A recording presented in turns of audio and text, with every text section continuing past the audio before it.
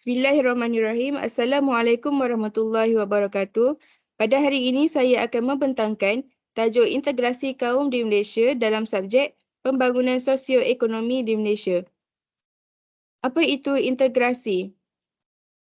Menurut Kamus Dewan, integrasi adalah gabungan dua ataupun beberapa kaum termasuklah dalam unsur, bahagian dan lain-lain dan menjadi satu kesatuan yang utuh.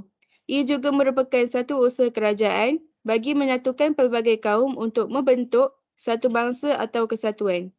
Seperti yang kita ketahui, penduduk di Malaysia kebanyakannya terdiri daripada pelbagai kaum seperti Melayu, Cina dan India dan masing-masing mengamalkan cara hidup yang tersendiri.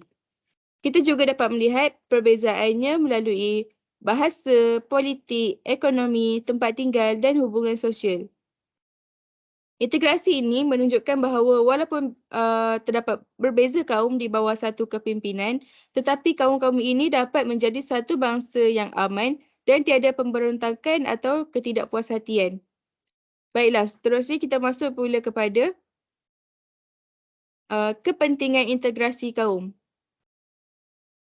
Pertama, mewujudkan kestabilan politik dan seterusnya membangunkan negara supaya berjalan dengan lancar tanpa ada perbalahan antara kaum. Selain itu, tenaga rakyat yang bersatu padu ini dapat juga disalurkan untuk negara untuk membantu meningkatkan kemajuan negara. Ia juga dapat menguatkan kesefahaman antara kaum dan agama yang dianuti oleh kaum masing-masing. Baiklah, seterusnya kita masuk kepada sejarah kedatangan kaum Cina dan kaum India dalam negara Malaysia ni, dalam tanah Melayu. Okey. Bagi kaum Cina, kemasukan mula dikesan sejak pemerintahan Sultan Mansur Shah, iaitu pada perkahwinan dengan kerajaan Cina, iaitu melalui perkahwinan dengan Puteri Hang Lipo. Dalam masa yang sama, British juga membawa masuk kaum Cina. Selepas Perang Dunia Kedua, mereka mendapatkan kerakyatan melalui prinsip jus soli.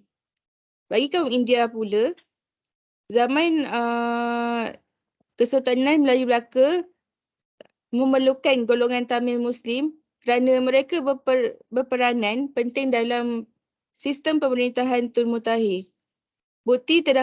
Buktinya terdapat satu penempatan orang India di Melaka yang dikenali sebagai Kampung Keling. Terusnya kita masuk kepada usaha integrasi kaum. Dalam bahagian perlembagaan, terdapat beberapa perkara yang menjurus kepada kesamarataan kaum seperti hak istimewa orang Melayu dan Bumiputera dan kerakyatan bagi kaum Cina dan kaum India. Bagi hak istimewa kaum Melayu dan Bumiputera adalah bertujuan untuk membangunkan kaum Melayu demi menyumbangkan kedudukan ekonomi dan sosial antara kaum. Kewujudan Akta Keselamatan Dalam Negeri ISA adalah bertujuan menjaga kepentingan dan keselamatan dalam negeri dengan tujuan mencegah daripada sesiapa ataupun mencegah daripada rakyat untuk membangkitkan isu-isu yang sensitif di khalayak ramai bagi menjaga persefahaman rakyat. Seterusnya, dalam bidang ekonomi pula,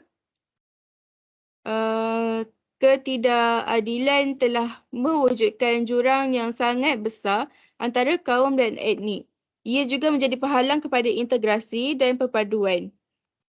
Lantaran itu, kerajaan ini telah mewujudkan usahawan-usahawan Melayu dengan cara memberi bantuan, pinjaman, lesen dan kontrak pekerjaan. Di samping itu, terdapat juga agensi kerajaan yang ditubuhkan seperti Pernas, Mara dan UDA turut membantu orang Melayu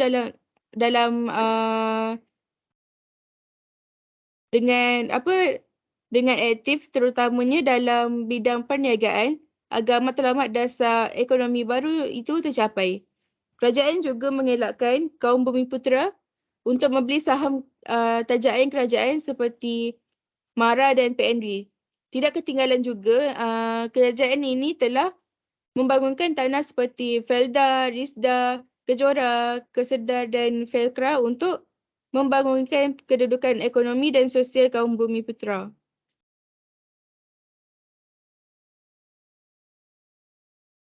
Selain itu, pembangunan tanah secara berkelompok ini dilaksanakan untuk pembangunan pertanian kepada masyarakat orang asli serta Bumiputera, Sabah dan Sarawak. Pemberian tanah ini adalah untuk golongan orang asli dan Bumiputera. Mereka juga diberi akses yang lebih baik kepada infrastruktur dan kemudahan awam seperti jalan, pendidikan dan kemahiran.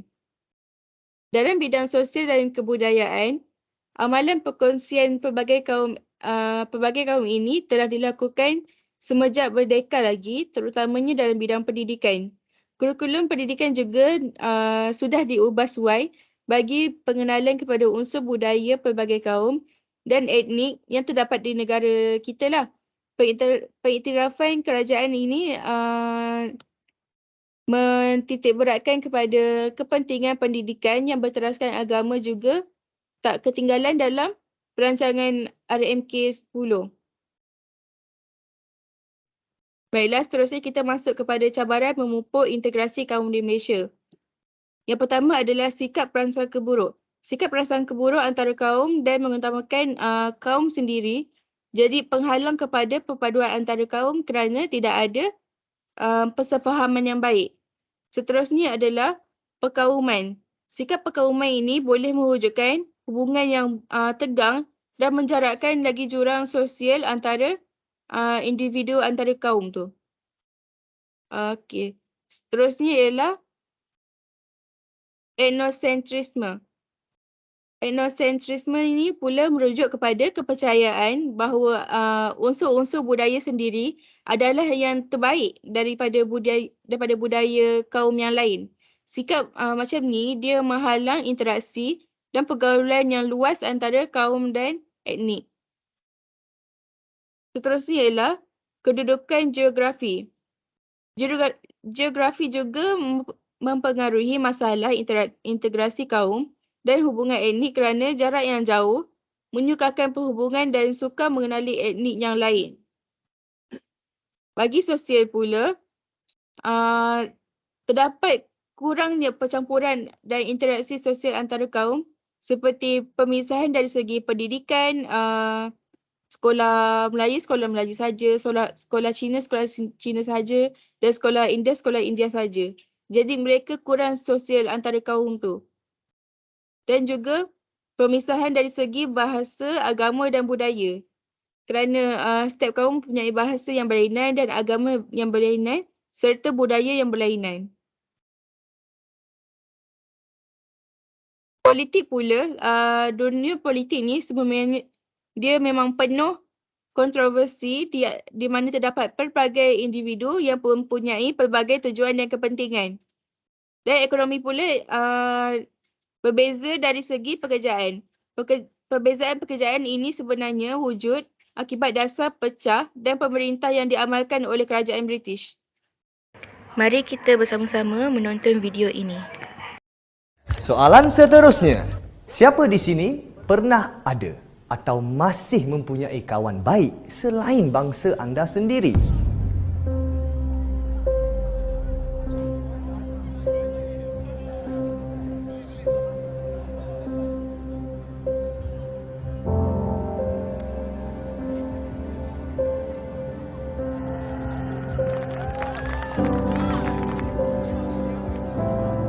Siapa di sini percaya bahawa Malaysia merupakan negara yang maju dan harmoni?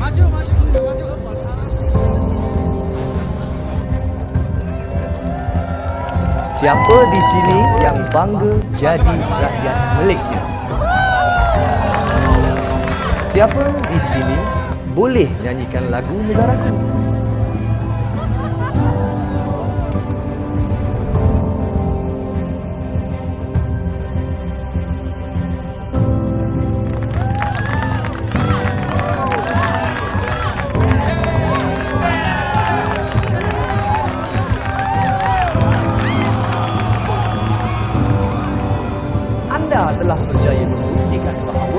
Malaysia ini kita punya. End of the day, it just made me realize that we are very patriotic and we unite as one. I think sebab because I was standing, there were next to me, it was like from different races. There was Chinese next to me, Indian next to me, I am Malay, and we're together, one song, nyanyi sama-sama. Perasaan patriotik semakin berkobar-kobar. Dengan Cina, India, Melayu sekali together. Semua tak sombong. Video yang kita saksikan ini tadi, kita dapat simpulkan bahawa walaupun dalam satu negara Malaysia ini di bawah satu kepimpinan terdapat beberapa kaum seperti Melayu, Cina dan India, tetapi hubungan antara kaum ini menguatkan lagi sifat patriotisme dalam diri masing-masing dan juga dapat membentuk bangsa yang harmoni. Baiklah, sekian itu sahaja perbentangan daripada saya. Assalamualaikum warahmatullahi wabarakatuh.